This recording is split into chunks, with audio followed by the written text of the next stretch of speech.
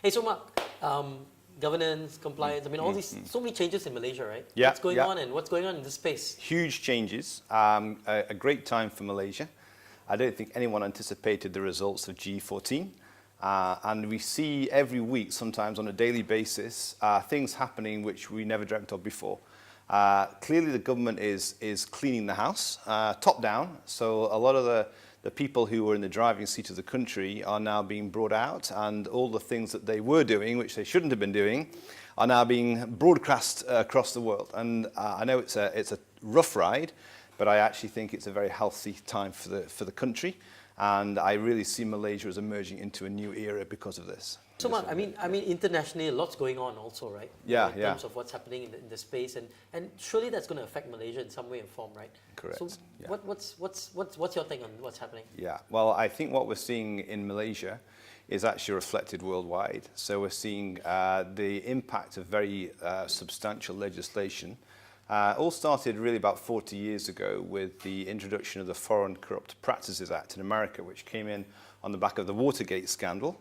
So in 1977, there was the first internationally reaching legislation, which meant that if companies were using corruption in their operations, then the American government would take action. And actually, we didn't see a lot of real results from that for a long time. But in the last 15 years or so, the American government has really got into gear on this. And we've seen the fines go from a few million to tens of millions, to hundreds of millions, to billions. And if you look at the very latest one, Odebrecht, we're looking at a total sum of $2.6 billion just on the fines. So is the act going to come to Malaysia at any point? Well, it's starting to spread, which is very exciting. So back in 2010, the UK government then introduced something very similar, and that's called the UK Bribery Act. And I think with Malaysia's history and the connections we have with the UK here, the UK Bribery Act in some way is actually more impactful than the FCPA. So we're seeing the UK Bribery Act starting to bite as well. And a bit like the FCPA, it's taken a while for the Serious Fraud Office to get into gear. But their first big prosecution was the Rolls-Royce scandal. And Rolls-Royce were fined £671 million, about $800 million. For operations all around the world, none of it in the UK, and I think that's what we have to bear in mind for this legislation. Both the FCPA and the UK Bribery Act, it doesn't apply just to acts of corruption in America or the UK, it can happen anywhere. Indonesia, Malaysia, even Singapore. As long as you're a company that's based in that home country. Even connected, and this is what we have to remember. Under FCPA, if you have an American bank account, if you use American servers for email, if phone calls go through American systems, if the postal system or the hotel system or even the flights are American connected, you come under FCPA. And that's why it's so far reaching. In fact, if you look at the latest top 10 prosecutions, only 2 of them are American companies. Okay. The rest are across the world. So will Malaysia ever implement laws like this?